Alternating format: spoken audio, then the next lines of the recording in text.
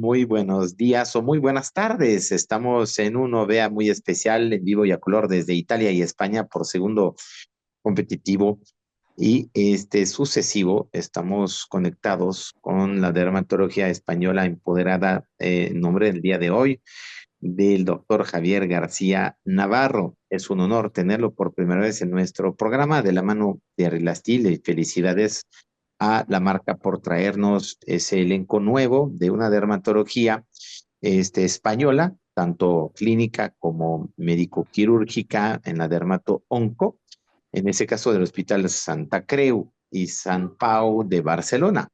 Saludamos a toda la Cataluña en ese OVEA 14, en esa semana 14 del 2025. Odela Virtual Academy se caracteriza por traer siempre novedades y reseñas, en ese caso un 360 sobre dermatitis atópica, recordando que el doctor García Navarro, además de la dermatología clásica, clínica, aprendida en los grandes hospitales escuela de Cataluña, también se ha perfeccionado en todo el abordaje inflamatorio, enfermedades autoinmunes de la piel, que incluye todos los componentes de las dermatosis, eczema, psoriasis, lupus, además de haber trabajado justamente en enfermedades autoinmunes en el famoso, en la famosa área de ISADMU. Nos platicara después todo ese abordaje donde desde lo low inflammatory noise, desde esos temas inflamatorios como sistemáticamente y tópicamente se están manifestando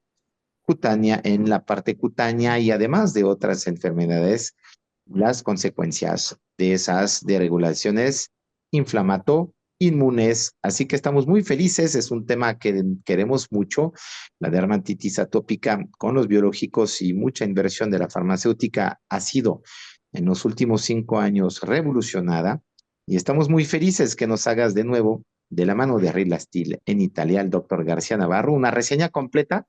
Así que te esperamos sin esperar. Bienvenido a ese programa. Muchas gracias, un placer estar aquí con vosotros. 7:30 hora española, 11:30 si no me equivoco hora de México. Y un poquito comentar de mi biografía, que sí que me formé en el Hospital de San Pablo de Barcelona, pero ahora soy jefe de servicio de un hospital comarcal a 30 minutos de Barcelona que se llama Consorci Sanitari al Penedès Garraf. Y mi práctica privada la realizo en Tecnon, que es una clínica privada de Barcelona. Y sí que tenemos esta unidad que ha comentado el presentador, que es una unidad de enfermedades autoinmunes con manejo multidisciplinar, con reumatólogo, digestólogo, y que realmente es un proyecto bueno, que nos apasiona y que nos gusta mucho para tratar mejor a nuestros pacientes con estas enfermedades autoinmunes, ¿no? Hoy vamos a hablar más de un poco de la piel atópica y yo quiero un poco explicaros, pues un poco mi vida, ¿vale? Porque yo creo que explicándoos mi experiencia personal, soy un paciente atópico, ¿vale? Soy un paciente que ha seguido esa marcha atópica que a veces tienen nuestros pacientes. Os explico que yo empecé con asma, con bronquitis de pequeño. Poco a poco me fueron apareciendo alergias varias, ¿vale? Alergias ambientales, al polvo, al polen. Me fui haciendo alérgico a algunos alimentos, soy alérgico a la leche, soy alérgico a los crustáceos, ¿vale? Y entonces eso un poco te marca, un poco desde pequeño, ¿no? Porque al final, bueno, ves que tus amigos pueden comer de todo, tú no puedes comer según qué cosas, ¿no? Y a mí la piel me empezó a empeorar más que nada en la adolescencia. Así como hay pacientes que sabéis que va un poco al revés, ¿no? Empiezas con piel atópica y empiezas a hacer la marcha atópica con otras comorbilidades. A mí me empezó un poco al revés. Empecé más por bronquitis, más respiratorio, rinitis, conjuntivitis y luego empecé a hacer dermatitis atópica, ¿no? Y esto al final, bueno, yo creo que como médico me ha enriquecido porque entiendo muy bien al paciente atópico y un poco lo que vengo a explicar es un poco cómo afecta nuestra calidad de vida esta enfermedad, ¿no? Yo recuerdo una frase que siempre me decía, bueno, cuando me veía la gente, qué mala cara tienes. Esa frase la he oído yo tantas veces, ¿no? Qué mala cara tienes, ¿no? ¿Y por qué era? Porque tenía eczema en los párpados, tenía sequedad en la piel, tenía la piel blanca, ¿no? ¿Qué blanco estás? También me decían siempre, ¿qué blanco estás? ¿No? Tenía el pliegue de Denny Morgan, que es una cosa muy característica de los atópicos, ese doble pliegue palpebral, ¿no? Y entonces, pues bueno, pues al final eso te va marcando. Y yo siempre digo que a lo mejor no hubiera sido dermatólogo si no hubiera tenido piel atópica. A lo mejor, no lo sé, a lo mejor sí, pero creo que eso me hizo interesarme mucho por la dermatología y como un poco las causas de la enfermedad y todo esto que yo creo que me ha enriquecido mucho a lo largo de mi carrera y de mi vida profesional, ¿no? Al final sabemos que la dermatitis atópica bueno, tiene la fase aguda, que es cuando tenemos el eritema, esa vesiculación muchas veces con el eczema agudo, esas costras que tiene ¿no? que hace esa costra melicérica que le llamamos, esa costra un poco color miel, fruto a veces del estafilococo, de la sobreinfección. Y ya luego en la fase más crónica, pues ya hacemos una liquenificación de la piel, ese engrosamiento de la piel, ese prurito crónico te provoca ese rascado constante que te provoca pues liquenificar la piel y engrosarla, ¿no? También como anécdota os explico yo cosas personales un poco, pues que yo tuve muchos años un líquen simple crónico en el tobillo, ¿vale? En un engrosamiento de la piel, un picor extremo en esa zona. Yo llegaba a mi casa por la noche y me rascaba hasta hacerme sangre, o sea, hasta destrozarme realmente, hasta que no me hacía daño, prácticamente no me calmaba ese picor, ¿no? Y es una cosa que también la recuerdo, que me costó muchísimo de curar, ¿no? Con el tiempo, al final tratándome, eso lo conseguí, pero bueno, es una cosa también curiosa que también os quería explicar, ¿no? De mi experiencia, ¿no? En cuanto a la epidemiología, está clarísimo que la atopia está aumentando exponencialmente. O sea, lo vemos vemos cada vez más pacientes con atopia. Se piensa que los países industrializados, al final, la contaminación, esta teoría higienista, ¿no? De que a veces nos cuidamos incluso en exceso y no nos exponemos del todo a los alérgenos, al final nos provoca una reacción inmune que nos provoca luego más el eczema, ¿no? Y de hecho, yo también estoy viendo, no sé si lo veis vosotros, luego lo comentaremos en las discusiones, cada vez más pacientes mayores ya, que no son niños, gente de 70, 65 años, que empiezan con eczemas cuando nunca habían tenido eczemas, ¿no? Y esas dermatitis atópicas del adulto tardías, que yo realmente estoy viendo cada vez más en mis consultas y que creo que algo epigenético también debe haber, aparte de la tendencia personal genética, ¿no? Algo del ambiente que nos provoca que tengamos estos eczemas tan exacerbados, ¿no? En cuanto a la localización, pues bueno, la primera infancia tiene esta afectación típica de mejillas, ¿no? Estos niños con las mejillas rojas. Y luego cuando nos vamos haciendo más mayores, pues vamos haciendo ya más la afectación flexural en los pliegues, tanto antecubitales como poplíteos. Y en la edad adulta, pues tenemos estas dermatitis más de cabeza y cuello, yo, sobre todo estas portrait dermatitis que se llama, ¿no? Que a veces nos traen un poco de cabeza y que nos cuesta mucho controlar. Y también esa afectación a veces de manos crónica, que también es bastante difícil de controlar en muchas ocasiones. En cuanto al diagnóstico de la dermatitis, están los criterios clásicos de Hanifin y Rafka, que aquí los podéis ver, ¿no? Que al final te marca un poco que tienes que tener 3 criterios mayores y 3 criterios menores para considerar un paciente atópico, ¿no? A la práctica real es verdad que yo creo que no nos cuesta tanto catalogar a los pacientes de atopia en la mayoría de los casos, pero aquí veis un poco que el prurito es un criterio mayor fundamental, no hay una atopia que no tenga prurito, es imposible. Y luego el tema de la localización, como hemos comentado, típica, este carácter crónico y recidivante de los brotes, ¿no? Pacientes que mejoran, exacerban, a veces tienen brotes por alguna desencadenante externo, y esta historia personal o familiar de atopia, ¿no? Pues familiares que hayan tenido piel atópica, pues al final probablemente tú seas atópico, ¿no? Mi madre, por ejemplo, tiene atopia, tiene asma también y tiene alergias ambientales, ¿no? Es un poco esa tendencia. Y mis hijos tienen ahora mismo pues también tema de alergias, alergia al polvo. O sea, al final es un poco, transmitimos esa mala genética un poco hacia nuestros descendientes, ¿no? Y luego están los criterios menores, que son, bueno, son un poco más curiosos que otra cosa, pero bueno, la hiperlinearidad palmar es una cosa también bastante típica. Gente que cuando les mira las manos tienen muchísimas rayas, muchísimos surcos. Esa IgE elevada, la IgE elevada es una cosa muy característica en la piel atópica. Yo, por ejemplo, he tenido valores de 10.000 en épocas que he estado peor. Y bueno, la pitiriasis alba es una cosa que también vemos frecuentemente. El dermografismo blanco, que es cuando tú te rascas y se te ve blanca la zona que te has rascado, al contrario que el dermografismo de la urticaria, que es como más rojo, ¿no? Son cosas que son curiosas, pero que si tú te fijas, a veces puedes ver en los pacientes con atopia, ¿no?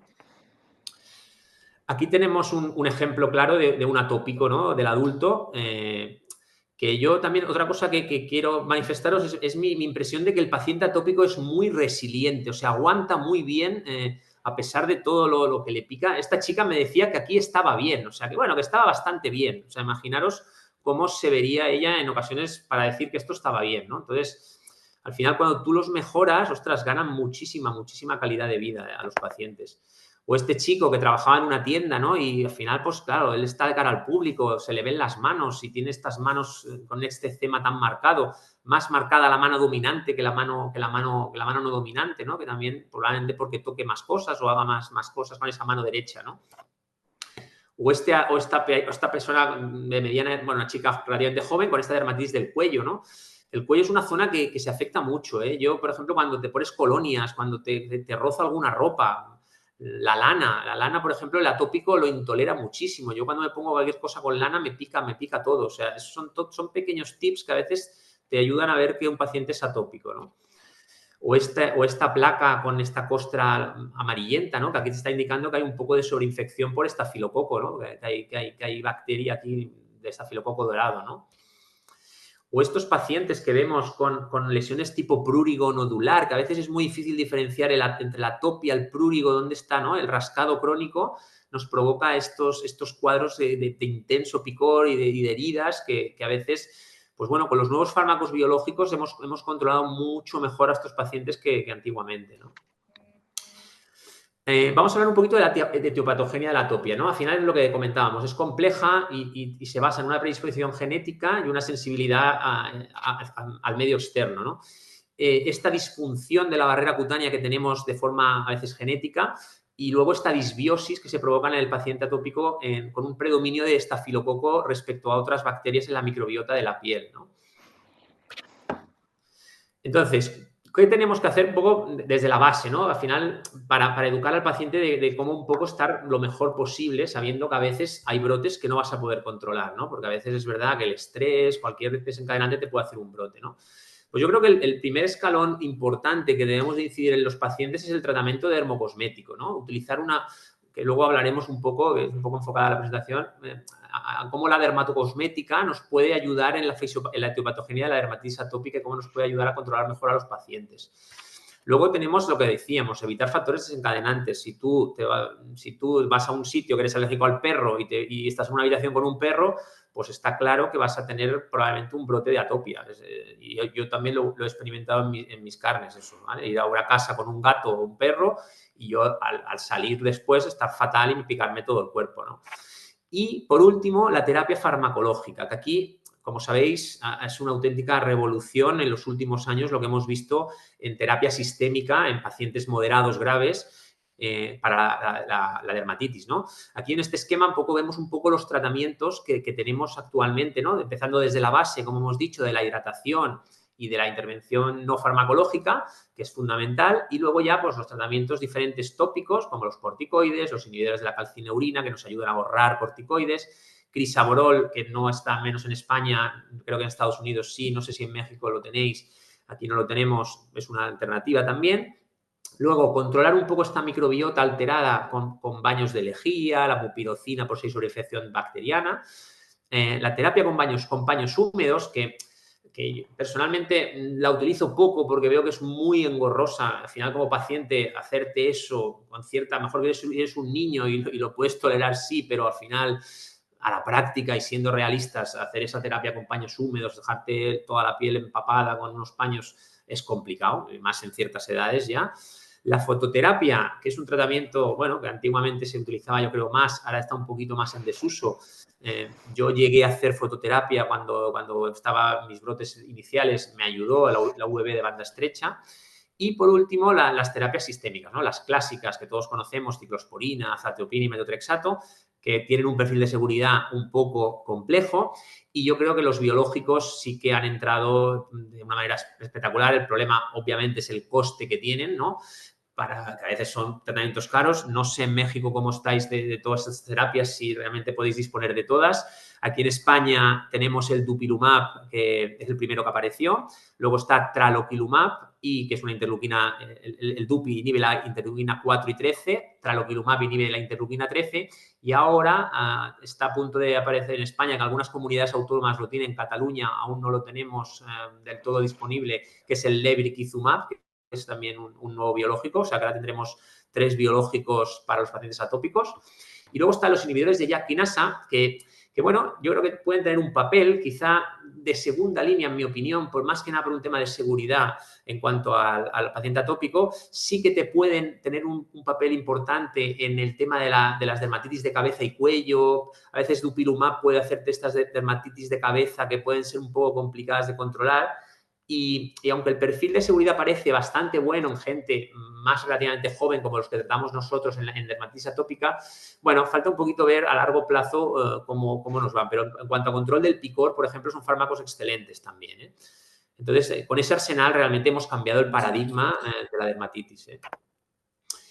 Entonces, ¿cómo nos puede ayudar la dermatocosmética en todo este mundo de la nueva era de los biológicos? Bueno, pues al final desde la base, ¿no? Un poco, ¿qué tiene que tener un dermocosmético para que nos sea útil en la piel atópica, ¿no? Pues que restablezca la función barrera, que nos calme el prurito y que nos reequilibre esta microbiota que tenemos disbiótica un poco alterada, ¿no?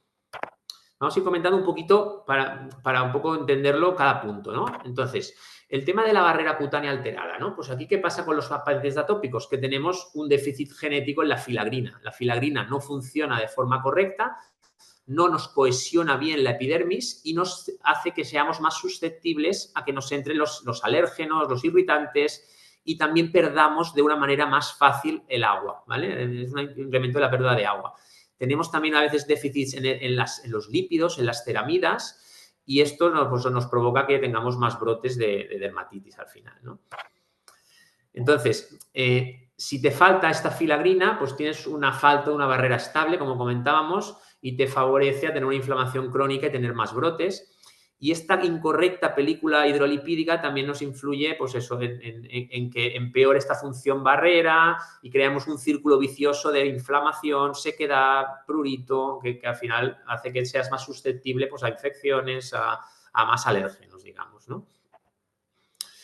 Entonces, ¿qué ingredientes podemos utilizar a nivel de dermatocosmética para mejorar un poco esta barrera comprometida? Pues, por ejemplo, la niacinamida.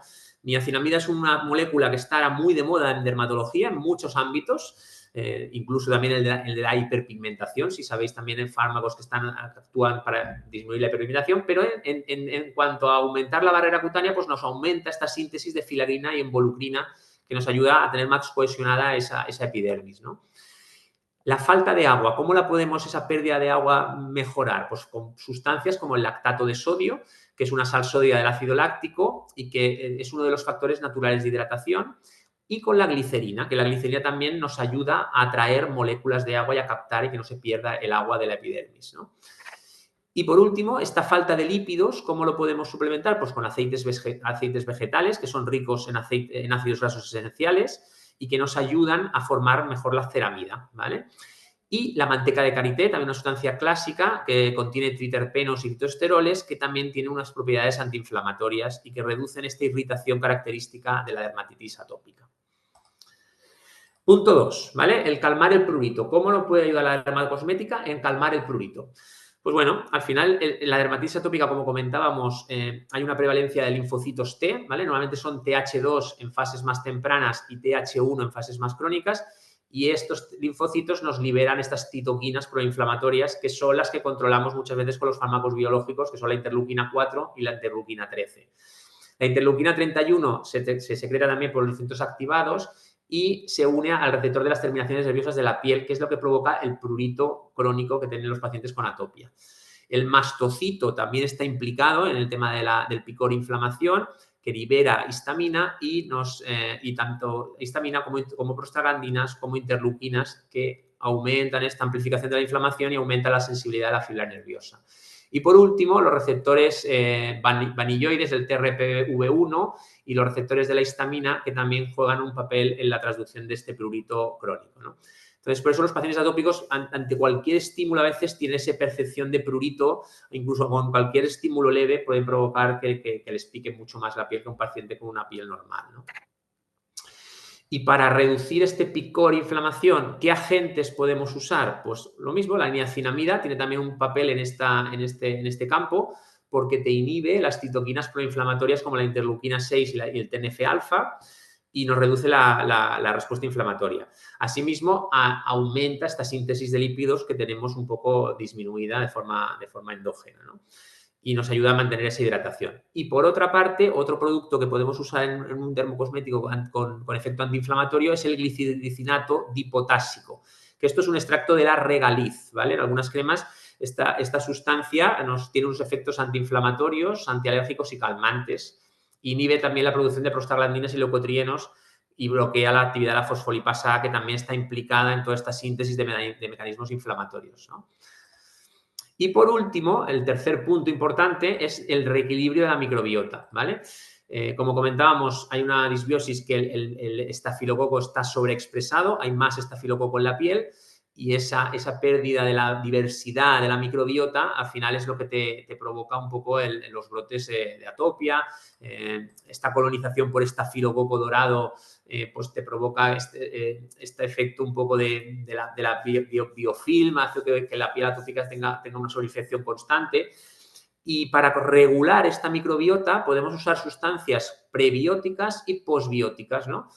Y los prebióticos nos ayudan a estimular el crecimiento de microorganismos beneficiosos que contrarresten este estafilococo que está aumentado, ¿no? Nos ayuda a restaurar el microbioma que está alterado, ¿no? Y los posbióticos se generan a través de los probióticos, nos ayudan a modular la inflamación y a proporcionar efectos calmantes. Y, por ejemplo, un posbiótico útil es los ácidos grasos de cadena corta, que ayudan a reducir la inflamación y el prurito también en la piel atópica. Como conclusión, ¿qué buenos hábitos podemos explicar a nuestros pacientes con piel atópica que tienen que hacer? Pues usar productos adecuados al final, como productos que sean sin agentes agresivos, que sean específicos para piel atópica, que las duchas, eso es un tema también, yo creo que también es muy importante, que no sean muy largas, porque el hecho de estar mucho en contacto con agua reseca mucho la piel, eso es verdad. No frotar. Yo cuando tenía piel atópica de brote realmente me lo notaba, me daba miedo ducharme porque me picaba mucho la piel con la ducha, o sea, y es una cosa que a veces los pacientes nos transmiten y es cierta, o sea, es que es cierta de primera mano. Te molesta, el agua te hace que te pique todo más al final, ¿no? Cuando después de ducharnos, súper importante aplicar cremas hidratantes y calmantes, idealmente 2 veces al día. Esto es un ideal. Yo reconozco que es difícil porque con que lo pongamos una vez bien, yo creo después de la ducha ya es mucho, porque a veces cuesta ponerse las cremas, sobre todo cuando tienes que empezar una jornada y ponerte la ropa de calle, al final pues es difícil, pero una vez al día es fundamental, es básico. Luego tienen que ser productos ya probados, testados en pieles atópicas. Mantener las uñas cortas porque el rascado ya vemos que nos puede favorecer de infecciones y al final perpetúa el círculo vicioso del rascado picor. Y usar, pues eso, lo que decíamos, ropa de algodón, estar en entornos bien ventilados, bien humidificados, que no estén secos.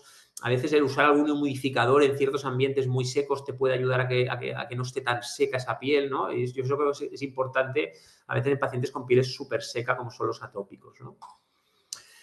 Y ahora os voy a comentar pues, un estudio clínico que realizó Rilastil, ¿vale? Con un tratamiento, como os hemos comentado, con prebióticos y posbióticos, una hidratante, un bálsamo, y se hizo en 8 países europeos con casi 400 pacientes en total. Aquí veis un poco los grados de gravedad de la dermatitis. Bueno, había unos pacientes con dermatitis moderadas, la mayoría de ellos eran dermatitis moderadas según el índice SCORAD, el 67%, y los pacientes de edad media tenían 21 años. O sea, no eran solo niños, pero también había niños pequeñitos, como veis, el 12% tenían 2-3 años y el 35% de 4 a 15 años. La mayoría tenían más de 16, 52% de los pacientes. Entonces, ¿qué se hizo en este estudio? Pues se puso un bálsamo 2 veces al día en las zonas afectadas por el eczema y en la ducha se les recomendaba utilizar un aceite limpiador también específico de la gama, ¿no? Entonces, podía el paciente utilizar el corticoide si era necesario, si tenía el brote muy intenso, pues podían poner el corticoide si con la hidratación no se controlaba, pero eso solo pasó en el 30% de los pacientes. O sea, la mayoría de pacientes no necesitaron ponerse corticoides durante el estudio. Y se hicieron 4 visitas de seguimiento, la basal y luego 3 visitas más cada 5 semanas. Y ahí evaluaba el investigador pues, las recaídas, si el paciente había tenido que ponerse cortisona, y luego los índices estos que comentábamos, el SCORAT, el IGA, el Pluriescore, documentaban fotográficamente a ver un poco cómo funcionaba, cómo iban las lesiones y luego la calidad de vida y sobre todo si el paciente estaba, pues le gustaba la crema, era cosméticamente aceptable, ¿no? ¿Qué se vio? Pues que realmente los pacientes que usaban el bálsamo a diario, pues recaían menos, ¿no? Tenían menos recidivas y de hecho solo tuvieron recidivas el 44% de los pacientes, 55% estuvieron asintomáticos sin lesiones solo haciendo la hidratación, ¿vale? Es un resultado que es bastante positivo. Y se vio que la gente los pacientes se ponían menos cortisona al final haciendo el bálsamo que respecto a no hacerlo, ¿no? Y el SCORAT, también aquí veis cómo se redujo en un 59% de la visita inicial a la visita número 3. Y el IGA, el Investigator Global Assessment, también se redujo en un 50% prácticamente con el tratamiento, ¿no? El Pluriescore era esta escala que se mostraba un poco de si tenían picor con las caritas para un poco ellos marcar cómo estaban en ese momento, ¿no? También se vio pues cómo se redujo un 64% respecto a basal, ¿no? Que también está muy bien para ser una crema, digamos, un bálsamo hidratante, ¿no? Y aquí tenéis alguna foto donde se ve paciente, por ejemplo, sin corticoides, solo haciendo el bálsamo, cómo recupera un poco la integridad de la piel y cómo mejora el eczema. Y aquí otro paciente un poquito más mayor, de 42 años, que también sin corticoides, pues con el bálsamo también mejoró el eczema del pliegue antecubital, ¿no? Así pues, este estudio, ¿cuál es la conclusión? Pues que un bálsamo a base de prebióticos y posbióticos mejora claramente la visión clínica y sintomática de los pacientes de una manera estadísticamente significativa, que te reduce el riesgo de tener que ponerte el corticoide, al final hacer la hidratación te puede prevenir tener que tratarte más con el tratamiento, que tiene una alta tolerabilidad y de verdad el paciente estuvo contento con la cosmeticidad y por lo tanto es un tratamiento que es perfectamente válido para usar en dermatitis atópica y que de hecho es necesario, ¿no? Y ya para acabar un poco explicar lo que hemos comentado, ¿no? Que para que un cosmético nos pueda ayudar en la etiopatogenia de la enfermedad, pues tiene que mejorar la alteración de la barrera, mejorar la inflamación, el picor, mejorar la alteración de la microbiota y mejorar la elasticidad de la piel, esa xerosis que tiene el paciente atópico, ¿no? Y que a veces vale la pena pues, utilizar productos de un poco una gama más buena, más alta, ¿no? Con unos productos específicos que no a veces alguna hidratante, digamos, más básica o con componentes más básicos, porque el paciente atópico realmente yo creo que vale la pena apostar por eso para que tener un mejor control de la enfermedad en el fondo, ¿no? Y eso es todo lo que os quería contar. Luego, si comentamos alguna cosilla que queráis, ya os paso a la compañera de Rilastil a ver qué nos cuenta. Un saludo.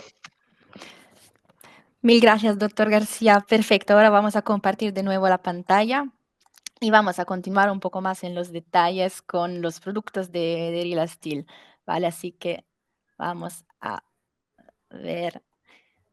Ahora estamos. Así que hablamos de nuestra línea para la piel con tendencia atópica, que es la línea de Xerolac, ¿vale? Así que el nombre Xero, xerosis, piel seca, muy seca, y Lact, porque nuestro ingrediente corazón, podemos decir, es el lactato de sodio, ¿vale? ¿Cuáles son los productos de la línea, lo más importante en el tema de la piel con tendencia atópica? Pues tenemos para la limpieza el aceite limpiador y para el tratamiento un bálsamo bebé. Los dos son los protagonistas del estudio clínico que mencionó el doctor García. Y vamos a ver un poco más en los detalles los productos. Y empezamos para el aceite limpiador. Un aceite limpiador perfecto para un uso diario, que es formulado con un pH fisiológico, adecuado para la sequedad no solamente de niños, de adultos, pero también de bebés. ¿Por qué? Porque efectivamente tenemos la prueba de seguridad específica, la podemos ver aquí, así que los productos son testados también en bebés. Es un producto perfecto para el cuerpo, pero también para la cara. Tenemos la prueba oftalmológica que nos asegura que no va a picar los ojos y proporciona un buen confort a la piel, favoreciendo la función barrera y devolviendo la hidratación. ¿Por qué? Porque los activos aquí son un complejo hidratante lipídico también rellenador. Así que siempre encontramos en la línea nuestro lactato de sodio como hidratante, también glicerina y claro, también una componente lipídica como aceites, el aceite de salvado de arroz, de almendras dulces. Así que aquí podemos ver la clásica acción hidratante relipidante. Hay niacinamida. Niacinamida, ¿por qué? Porque como ustedes saben muy bien, el síntoma del picor es algo que va a impactar muchísimo la calidad de vida de los pacientes. Así que la niacinamida aquí tiene una acción calmante y antipicazón. Y hemos hablado de la falta de elasticidad y nuestra Schizandra chinensis, una planta, tiene una acción elastizante. ¿Cómo vamos a utilizar el producto? Lo vamos a aplicar sobre la piel húmeda, masajeando de manera suave como un limpiador normal, pero también podemos utilizarlo para el baño, llenando la bañera. Si pensamos a las pruebas de eficacia, pues una reducción del picor muy, muy buena. Estamos hablando de una reducción del 75% ya después de 24 horas, así que bastante rápida. Un aumento de hidratación. Y me gustaría presentar, yo sé que es un poco off topic, pero tenemos una nueva prueba de la reducción de la costra láctea, una recuperación casi completa en los bebés. Así que este producto preserva la hidratación, tiene también la prueba antipicazón y es muy, muy delicado, dejando la piel muy, muy suave, muy hidratada. Y si vamos a continuar con el tratamiento, hay el PB Bálsamo, un verdadero tratamiento relipidante anti-irritación.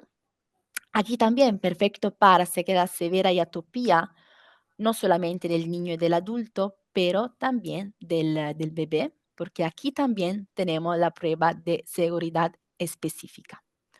Alivia rojez y prurito con una acción también rápida, pero duradera, reduciendo la frecuencia de episodios en agudo, ¿vale? Favorendo el restablecimiento de la función barrera y también la microbiota cutánea. Porque la microbiota cutánea, hemos hablado con el doctor de pre y postbióticos y aquí efectivamente los encontramos como activos. Encontramos este complejo que llamamos Skin Barrier Self-Defense.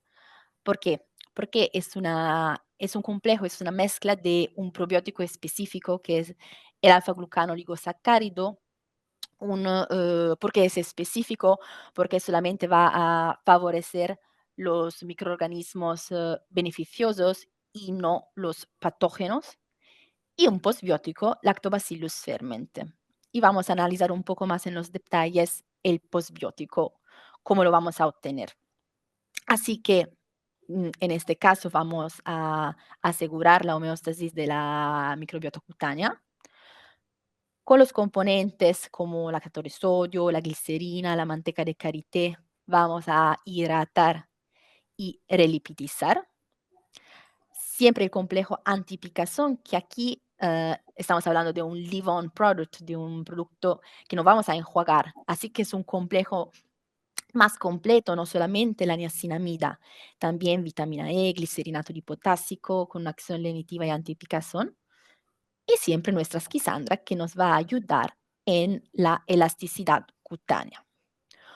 Un producto sin fragancia, muy bien tolerado, que preserva la hidratación para 48 horas solamente con una aplicación y no comedogénico.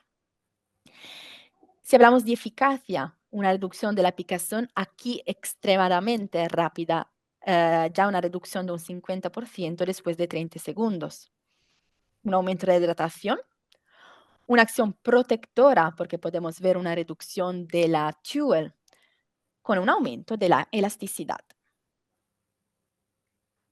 Así que si hablamos de nuestro Xerolat PB Bálsamo, lo podemos llamar como un emoliente de última generación, un emollient plus.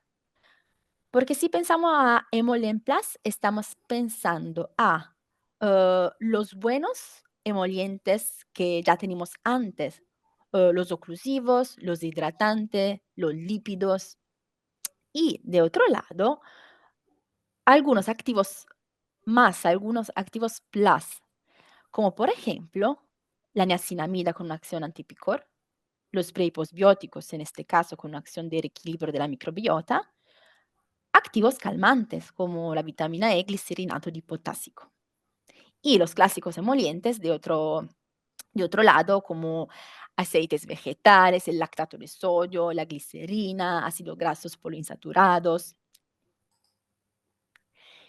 Y cuando hablamos de reequilibrar la microbiota cutánea con pre y postbióticos, y especialmente si hablamos de los postbióticos, tenemos que hablar del PBTEC. ¿Qué es el PBTEC? Es una tecnología patentada en colaboración con una universidad de Milán. Es una biofermentación de última generación, cuya principal innovación es generar postbióticos en ausencia de medio de cultivo y al final obtener sustancias activas y beneficiosas sin catabolitos, sin fragmentos bacterianos, sin contaminantes. O sea, un postbiótico al final de alto nivel de seguridad. Y es en exclusiva Real Steel a partir de 2020. ¿Cómo trabaja esta tecnología PBTEC? Vamos a seleccionar cepas de bacterias vivas, o sea, probióticos. Vamos a utilizar este maquinario, ese instrumento, un innovador proceso de biofermentación y al final obtenemos postbióticos de, hemos dicho, alto nivel de seguridad con propiedades inmunomoduladoras. También sería interesante hablar del tema de la contaminación y de su relación con la dermatitis atópica.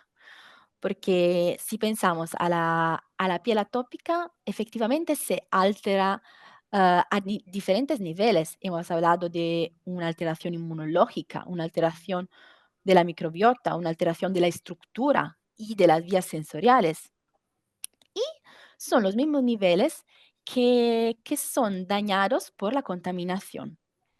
Así que si un paciente atópico también está expuesto mucho a la contaminación, pues los efectos pueden ser como un daño continuo. Y aquí en Xerolat PB Bálsamo tenemos una prueba específica anticontaminación. Así que, ¿cuál sería el protocolo de tratamiento ideal?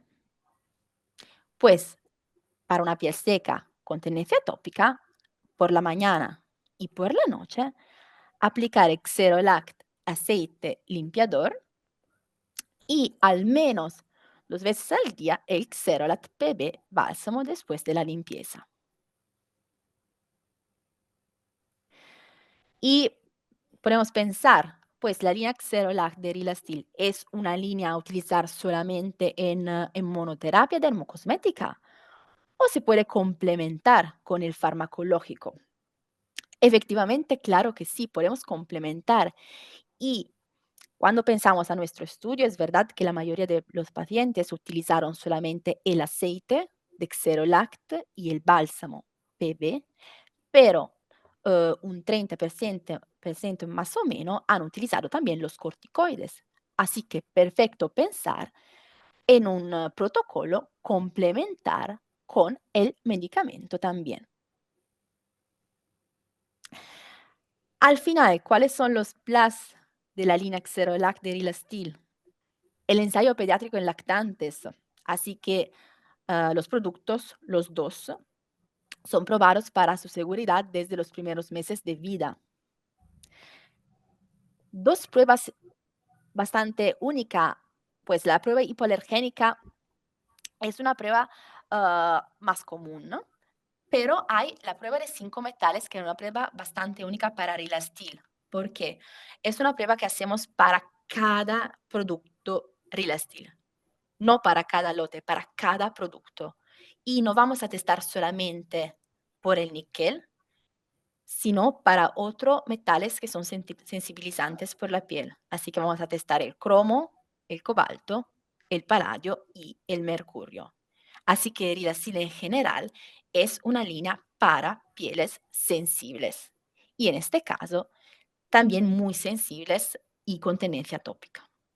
Nuestra tecnología PBTech en exclusiva Rilasteel, una tecnología patentada para postbióticos de alto nivel de seguridad, y nuestra prueba antipolución, anticontaminación. Así que en conclusión, a pesar de la abundancia de marcas en el mercado, el brand Rilasteel Xerolac se destaca por la alta tolerabilidad en pieles comprometidas. Las pruebas que hemos hecho son en target de pieles atópicas, respaldada por ensayos de seguridad. Y además su eficacia no se distingue solamente por pruebas clásicas, la hidratación, la reducción del picor, sino también por pruebas únicas. Hemos hablado de la prueba anticontaminación, la prueba en recién nacidos, una fórmula innovadora Emollient Plus de última generación y la tecnología del equilibrio del microbiota patentada. Así que, pues, espero que ustedes han gustado este webinar de hoy.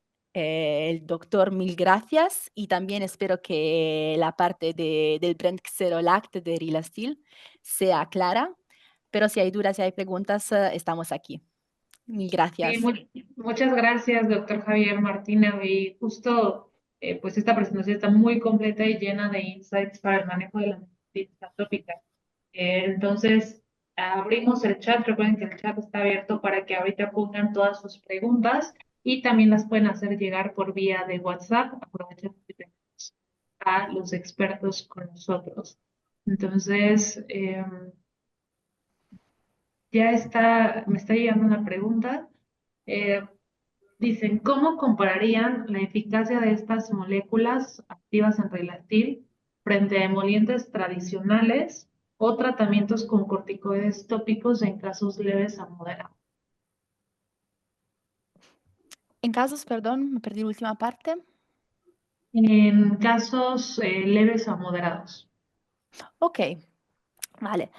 Pues lo que es bastante único en este caso es realmente la fórmula completa. Si pensamos, por ejemplo, al PB Bálsamo, hay muchos emolientes en el mercado, pero no es tan fácil de encontrar un emoliente que sea de última generación, así que un Emollient Plus que contiene toda la parte de emolientes un poco más clásicos, los oclusivos, los hidratantes, los lípidos, una parte de reequilibrio, una parte de anticontaminación.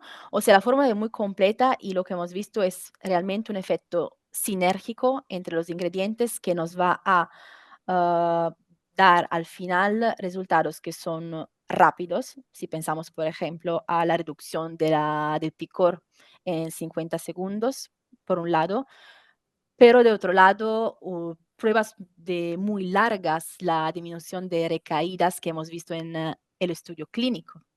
Así que creo que es realmente cuando vamos a mirar a la eficacia, lo que es muy importante, los resultados son muy, muy impactantes, yo creo.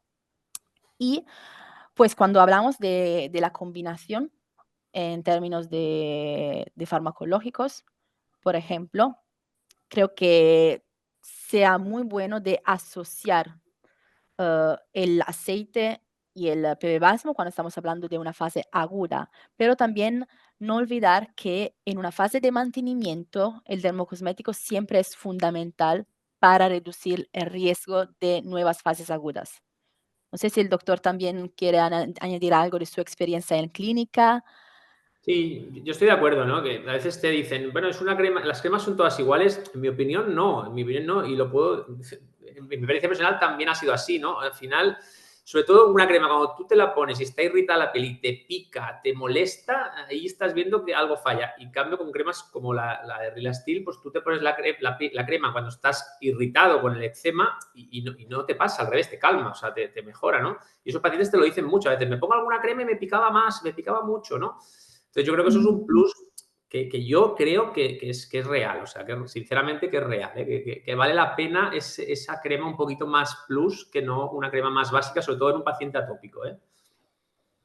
Perfecto. Y justo aunado a esto que está comentando usted, doctor, nos preguntan puntualmente si hay alguna contraindicación de usar lactato de sodio en pieles irritadas o muy irritadas o con la barrera cutánea severamente comprometida.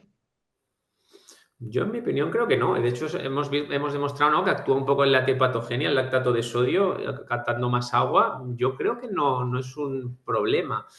Lactato de sodio, no sé si, Martina, exactamente sabes la concentración que lleva la crema, porque es verdad que hay Sí, concentraciones altas que sí que se utilizan más para queratosis pilaris, pero creo que no es una concentración excesivamente alta, ¿no?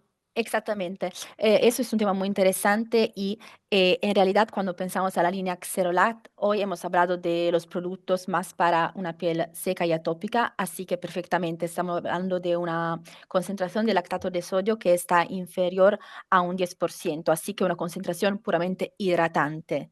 También existen productos de Xerolac que son exfoliantes y queratolíticos. En este caso estamos hablando de una concentración más alta, un 18 para los exfoliantes y un 30 para los queratolíticos. Pero en este caso estamos utilizando una concentración menor de un 10% que se demostró segura también en pieles atópicas. Perfecto. Y justo también otra pregunta que tiene que ver con algo que mencionó el doctor, del abordaje con biológicos que tiene un boom en varias partes del mundo. Preguntan en qué casos considera prioritario iniciar un biológico frente a estrategias de reparación de la barrera cutánea como, con terapias como Relastil. Bueno, aquí el biológico, claro, por ejemplo, en España está limitado a pacientes graves, ¿no? Con EASIS por encima de 21 para que pueda estar financiado por la Seguridad Social, tienes que tener una dermatitis atópica moderada severa. No puedes tratar a un paciente con una atopia leve porque, claro, no sería sostenible el sistema, ¿no? Pero cuando ya tienes una atopia, pues eso, que recidiva mucho con corticoides, que está el paciente afectado y que tiene una extensión grande, es cuando nos planteamos estos tratamientos.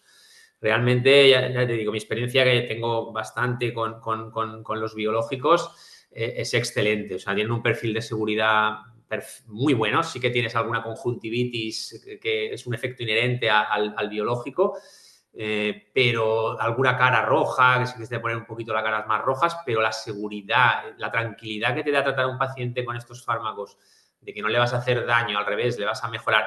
Y sobre todo mejorar el espectro este TH2 alérgico que estábamos comentando. Yo, bueno, os reconozco, yo me estoy tratando con un biológico porque el alergólogo, como tengo tantas alergias, tengo el riesgo de anafilaxia, tengo la piel atópica, tengo el asma, pues la verdad, a mí me ha cambiado la vida porque yo no reacciono tanto a los alérgenos. O sea, al final, es lo que decíamos, yo me puedo comer una croqueta que tiene leche, que soy alérgico y no me pasa nada, a lo mejor, porque estoy como más protegido. Y la piel, el picor, bueno, nada que ver, o sea, picor prácticamente cero, o sea, no, es como si no tuviera atopia, o sea, que es lo bonito de las enfermedades crónicas, que no te acuerdes que tienes una enfermedad que teóricamente la tienes, porque somos atópicos de por vida los que somos, pero a mí realmente, si se puede indicar, claro, obviamente que el coste es muy caro, ¿eh? O sea, el coste, es verdad que van saliendo más indicaciones para, por ejemplo, Dupilumab y va abaratando el precio. Contra más indicaciones tiene el fármaco, más barato se hace porque al final tienen que sacarlo para más pacientes, ¿no? No sé en México si tenéis todos estos, me gustaría, si alguien me podría decir si también los tenéis bastante accesibles, si no, me interesaría si alguien me puede contestar. No sé de la audiencia, pero en general sí, el costo aquí es elevado, es más como de libre venta, pueden acceder a ellos por medio privado, Ajá. pero sí es muy elevado. Es muy elevado, ¿no? Aquí en España yo creo que está costando, bueno, más o menos unos 1.400 euros al mes, si no me equivoco, más o menos. Es un coste bastante caro. Bueno, parece que no hay más preguntas. quiero agradecerle otra vez nuevamente, doctor García, por tomarse el tiempo de compartir su expertise en el manejo de algo tan común como la dermatitis atópica, pero con este enfoque innovador. Y ir más allá, ¿no? Controlarlos, más allá de controlar los síntomas, se debe trabajar con los pacientes con buenos hábitos y recuperar la homeostasis cutánea con opciones como Rilastil con combinaciones que actúen sobre la microbiota que sabemos que ahora tiene muchísima influencia sobre esto. Entonces, muchas gracias, doctor. Muchas gracias, Martina. Y no se olviden que los invitamos al tercer webinar y último de nuestra serie de dermatología el próximo miércoles 9 de abril, donde seguiremos profundizando en estos avances terapéuticos a las 10 horas hora de Ciudad de México, 11 horas hora de Colombia, 18 horas de Italia. Sabemos que abril es un mes de renovación y pues qué mejor manera de prepararnos para la Semana Santa que actualizando nuestro conocimiento para ofrecer a los pacientes estas opciones. Entonces, muchas gracias a todos. Los invitamos a suscribirse también a nuestro canal de YouTube, donde van a encontrar este y el resto de los webinars que hemos transmitido en vivo en @odela. Muchas gracias. Mil gracias a ustedes. Saludos. Hasta luego. Hasta luego.